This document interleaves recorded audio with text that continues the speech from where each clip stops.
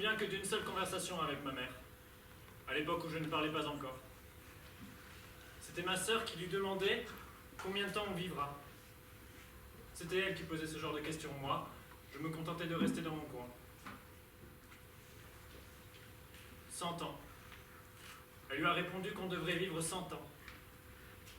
5217 semaines, 36 525 jours, 876 600 heures, 53 760 000 minutes, 3 155 760 000 secondes. 1 seconde, 2 secondes, 3 secondes. C'est long de compter jusqu'à 3 milliards. Si long d'exister 3 milliards de fois. Heureusement, sur ces 3 milliards, il y en a un qu'on passe uniquement à dormir. Si on enlève mon sommeil, j'ai vécu 548 670 000 de mes secondes. 548 670 001. 548 670 002.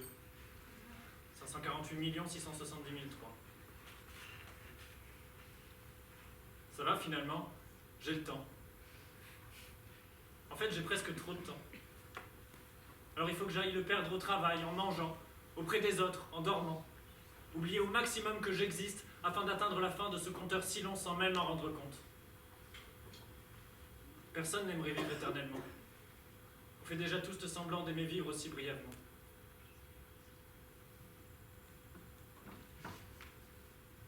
Je me demande à quoi ressemble la vie de quelqu'un qui n'a jamais eu le temps d'attendre, de compter des secondes. Un enchaînement de bruits sans fin. Une vie d'adolescence qui se termine si tôt que cette personne elle-même n'a pas su dans quel sens marcher pour suivre son temps. Peut-être que tout le monde aurait aimé être cette personne, plutôt que d'avoir à compter ces 548 670 000 secondes.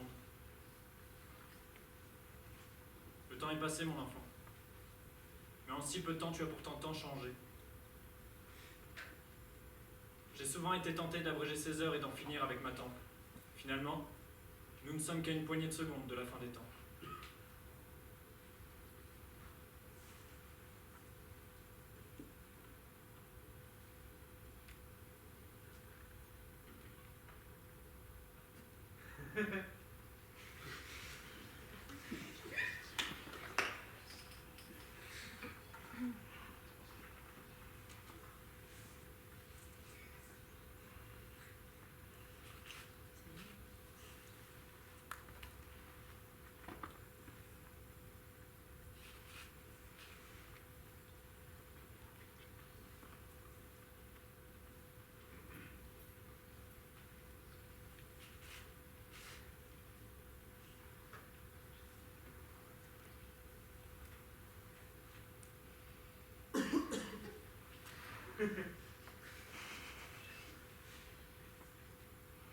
Je m'ennuie de cette soirée, de cette semaine, de cette vie. Je passe mon temps à écrire une musique qui ne me fait même pas danser, qui n'égale en rien le sucre qu'a à mes oreilles les symphonies et les sonates de mes compositeuristes préférés. On vit dans un monde, que dis-je, dans un univers dans lequel nous pouvons choisir les règles de notre existence. Mais nous avons choisi qu'il n'y avait qu'un seul chemin que l'on pouvait suivre.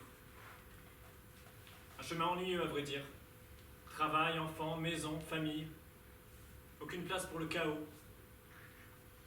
Le chaos qui rend nos vies plus imprévisibles, plus drôles, moins ennuyantes. J'aime à rêver que si j'avais à subvenir moi-même à mes besoins, je m'ennuierais moins.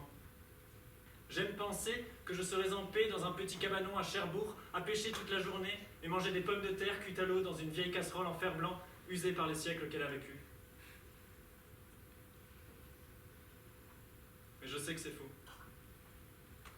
Je m'ennuierais. À l'instant où cela deviendrait une routine, je ne pourrais plus le supporter. Je n'ai pas le temps de m'ennuyer. Je dois oublier le temps passé. Je dois y aller. J'ai encore du temps à perdre.